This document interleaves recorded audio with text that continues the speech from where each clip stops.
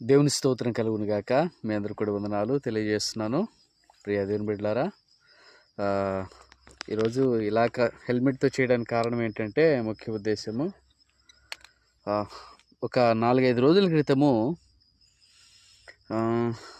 ఒక అతను చనిపోయాడు ఊరి పక్కన. ఇక్కడే విచారం ఏంటంటే, 4 నెలలైంది పెళ్ళి అయిపోయి అతనికి. మరి ఇంకో విచారం ఏంటంటే, తన భార్య ప్రెగ్నెంట్. హెల్మెట్ లేకుండా ప్రయాణం చేశాడు, తను చనిపోయాడు. కేవలము తలకు మాత్రమే దెబ్బ తగిలింది అన్నమాట. తలకు రోడ్డుకి అలాగా కింద పడిపోయాడు, తలకి దెబ్బ తగిలిపోయింది, చనిపోయాడు.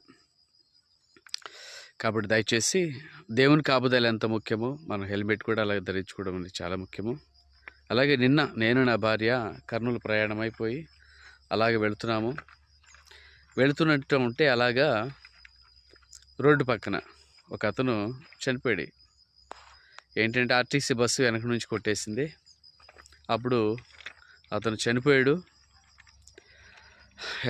హెల్మెట్ లేదు.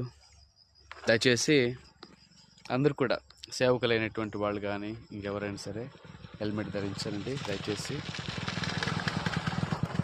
హెల్మెట్ లేకుండా ఉంటే బాగానే ఉంటుంది, కానీ దెబ్బ తగిలినప్పుడు చాలా ప్రమాదం అన్నమాట.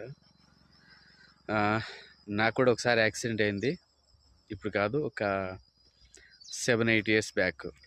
ఆ టైంలో దేవుని మహాకృపను బట్టి నాకు హెల్మెట్ ఉంది కాబట్టి అలాగా అంటే మా బండి మీద పడినప్పుడు జరిగింది ఏంటంటే, ఇలాగా స్కిడ్ అయిపోయింది ఇలాగా లెఫ్ట్ సైడ్లో. అప్పుడు హెల్మెట్ ఇలాగ గీసుకుపోయింది, స్క్రాచెస్ పడ్డాయి, గీతలు పడ్డాయి, దోసుకుపోయింది అనమాట. దేవుడు కాపుదలు ఇస్తున్నాడు, సంతోషము. దేవుని కృప కింద ఉండాలి. అలాగే మన తలకి హెల్మెట్ అనేది కూడా చాలా ముఖ్యము. దేవుని కాపుదల కింద ఉందాము, ప్రార్థనతో ఉందాము, అలాగే ఆయన విశ్వాసంతో ఉందాము, ఆయన కృపకి అప్పగించుకుందాము. ప్రయాణం చేసేటప్పుడు దయచేసి హెల్మెట్ ధరించుకోవాల్సిందిగా ప్రభు పేరిట మీకు అందరికి కూడా మనం చేస్తున్నాం. ఎందుకంటే యవ్వన కాలంలో ఉన్నటువంటి అమ్మాయి యొక్క వేదన, బాధ అది చాలా విచారకరము. అందరికీ వందనాలు. Praise the lord. బాయ్.